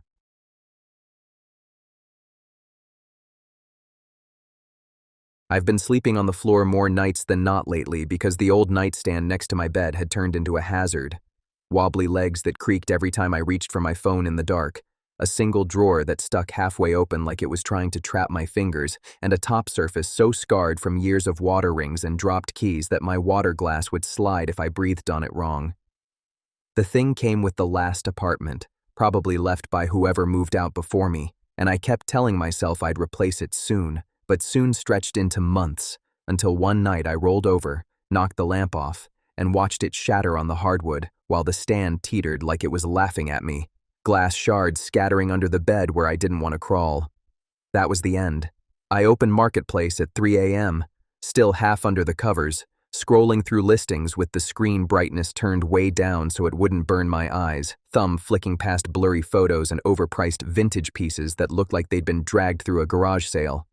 Most of the nightstands were either IKEA particle board disasters someone had slapped white paint on to look shabby chic, or overpriced antiques that belonged in a Victorian funeral parlor, heavy dark wood with carved details nobody needs. Then Maria's listing appeared near the top. Small pine nightstand, solid wood, one drawer, sturdy, $40 cash. The photos were simple, taken against a blank wall in daylight, drawer pulled open to show clean slides, no visible cracks or stains, natural pine grain warm and unvarnished, legs straight and even. Nothing fancy, just functional, the kind of thing that doesn't scream for attention but promises it won't collapse under a lamp and a book and a half-empty water glass. I messaged her right there in the dark, still available. She replied within minutes. Yes, come by tomorrow if you want. Address attached, anytime after 5. I said I'd be there around 6:30, locked my phone, and tried to sleep again, but the broken lamp was still on the floor, shards glinting in the streetlight leaking through the blinds. The drive over felt ordinary, suburban streets, strip malls closing up for the night, the usual Friday traffic thinning out as I got farther from the center of town, radio low on some oldies station I didn't bother changing. Her neighborhood was one of those older ones that hadn't been torn down for new builds yet, ranch-style houses, chain-link fences, porch lights on timers, kids' toys scattered on lawns like they'd been abandoned mid-game. The house was pale yellow stucco, small front yard with a single rosebush that looked like it hadn't been pruned in years, thorns long and tangled, driveway empty except for a faded blue sedan with a dented fender and a bumper sticker half peeled off. Maria opened the door before my knuckles hit the wood.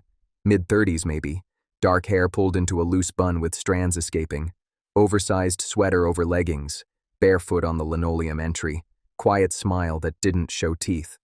She said, "Hi, come in," led me straight through a short hallway that smelled faintly of laundry detergent and something herbal, maybe tea or chamomile, past a living room with the TV muted on a news channel, to a spare bedroom at the back.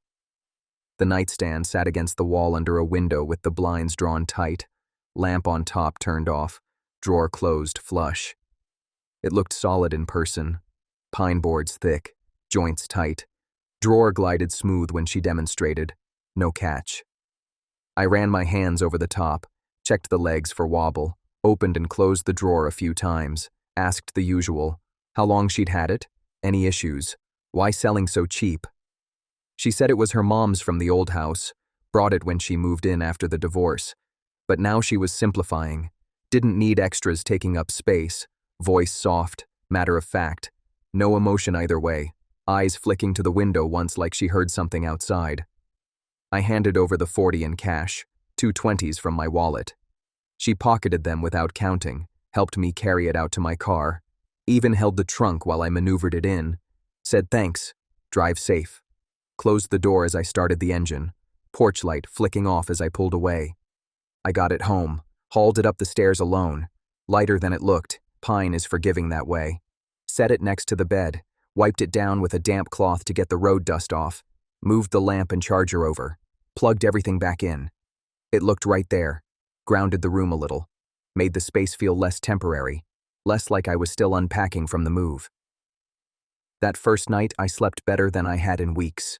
No wobble, no crash risk, just a steady surface to set my phone on when I turned out the light, the drawer opening and closing quietly when I put my earbuds away. For a few days it was just furniture, held my water glass without sliding, drawer opened and closed without sticking, didn't creak when I bumped it getting up to pee in the middle of the night. Then the drawer started sticking. Not like the old one. This was different. A resistance at the back like something was catching on the track. Subtle but noticeable when I pulled for my earbuds or my reading glasses. I yanked harder, heard a faint scrape of paper on wood, then it came free. Tucked way in the back, behind where I kept spare batteries and a half-used pack of tissues, was a small envelope, yellowed at the edges, unsealed, corners curled from humidity. Inside, a single photo, Polaroid style, faded but clear enough in the bedroom light. A woman, maybe Maria, hard to tell from the angle and the poor focus, lying on her back on what looked like the same nightstand top, eyes open, staring at the ceiling fan. No clothes. Skin pale, almost gray in the flash. A thin, dark line across her throat, wet-looking, glistening under the light. On the back, in black marker, block letters. She liked to keep things close. I dropped the photo, stood there breathing hard, staring at the drawer like it might spit out something else any second. Checked every inch, pulled the drawer all the way out, looked behind the runners, under the bottom, nothing else inside. I put the photo in a Ziploc bag, shoved it in the kitchen junk drawer under old receipts and takeout menus, told myself it was a sick joke, some ex's revenge, or maybe Maria had mental health issues, and this was her way of letting go of more than furniture, some twisted cry for help she couldn't voice out loud. I messaged her anyway. Found something weird in the drawer, old photo, know anything? No reply. Profile still active, last seen that morning, green dot mocking me. That night, I couldn't sleep. Kept thinking I heard the drawer sliding open, slow wood-on-wood scrape, then a pause long enough to make me doubt, then closed again with a quiet thud. I got up twice to check, shut tight, nothing moved. Went back to bed, lay there listening to the building settle, pipes ticking, wind against the window rattling the frame. Around 4, I heard it again, louder, the drawer pulling out inch by inch like someone was being careful not to wake me, deliberate, patient. I sat up, heart slamming against my ribs so hard I felt it in my throat. The room was dark except for the streetlight leaking through the blinds in thin stripes across the floor. The nightstand sat there, drawer closed flush. I stayed awake until dawn, every light in the apartment on, sitting on the floor with my back against the wall, knees pulled up, listening. The next morning I opened the drawer to put away my watch. Inside, on top of the batteries, another Polaroid. Same woman, same nightstand, but now her head turned toward the camera, mouth open in a silent scream frozen mid-breath, teeth showing, tongue dark. The line across her throat was thicker, darker, edges starting to crust. Back of the photo. She tried to scream. I started keeping the bedroom door locked at night. Moved my mattress to the living room floor, slept with the hall light on and the chain on the front door. Every few days, another photo appeared. Same woman, same nightstand. Progression slow and methodical, like a sequence no one was supposed to see, like a story being told in pieces. Eyes glazing over, pupils fixed and empty. Limbs arranged differently, wrists crossed, then bound with what looked like thin cord cutting into skin. Blood pooling on the wood in small dark lakes that reflected the flash. Each one tucked in the drawer, always face up so I'd see it first thing when I opened it for something I barely used anymore anyway. I stopped using the nightstand entirely. Left the drawer shut tight, piled my stuff on the floor again like before, avoided the bedroom except to grab something quick during the day with the lights on. But the photos kept coming. Sometimes I'd find one in the morning after swearing I hadn't opened anything the night before. Once I found 3 in a single day, stacked like a deck of cards in the drawer, edges aligned perfectly as if someone had measured. The last one showed her face close up, eyes wide, pupils blown black, lips parted, tongue swollen and dark. Written on the back in the same block letters, "She's still here." I tried getting rid of the nightstand, listed it on Marketplace that same night, photos blurred so the grain wasn't too clear, price dropped to $10 just to move it fast, description short. Solid pine, good condition, must go. Got a buyer almost immediately, guy named Tom, said he'd come tomorrow afternoon with his truck. When he showed up, he looked at it, ran his hands over the top, opened the drawer casually to check the slides. Froze. Pulled out a fresh Polaroid I hadn't seen yet. Looked at me, face white, hand shaking so bad the photo fluttered. "What the hell is this, man?" The photo was of me, sleeping on the living room floor last night, taken from directly above, angle impossible unless someone was standing over me in the dark. Flash washing out my face but catching the rise and fall of my chest. On the back, "He's next." Tom left fast. Didn't even say goodbye. Just backed out the door, mumbling something about cops and never coming back. I didn't chase him. That night I sat in the kitchen with every light on, knife on the table, blade catching the overhead bulb and throwing slivers of light across the walls. Heard the drawer again, slow, open, slow, close, soft as breathing, rhythmic. Didn't go look. Just sat there until morning, listening to the house, listening to whatever was inside it, listening back. I don't use that bedroom anymore. Door stays closed, locked with a chain I added, sometimes a chair wedged under the knob when I'm feeling especially raw. But sometimes, late at night when the building is quiet and the street outside is empty, I hear the drawer slide open, hear soft breathing from the other side of the door, hear a whisper that sounds like my name, patient, waiting for me to open it, waiting for me to look inside one more time. I still have the photos, all of them, in a shoebox under the sink, wrapped in plastic bags, rubber banded shut. I can't bring myself to burn them. Part of me thinks if I destroy them, whatever's in that nightstand will come looking for new places to hide them. Maybe under my pillow, maybe in my shoes, maybe right behind me when I turn around in the dark. Part of me knows it already has.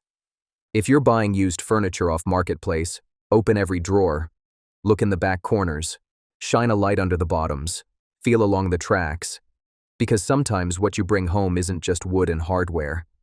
Sometimes it's still holding on to what happened on it, in it, under it. And sometimes when you're sleeping, it opens again, slowly, quietly, drawer by drawer, photo by photo, until there's nowhere left to hide. I wish I'd left it in Maria's spare room. I wish I'd never opened that drawer. I wish I hadn't noticed how perfectly it fit next to my bed, how steady it felt, how it made the room feel less empty. Because now the room feels emptier than ever, and the drawer is still waiting.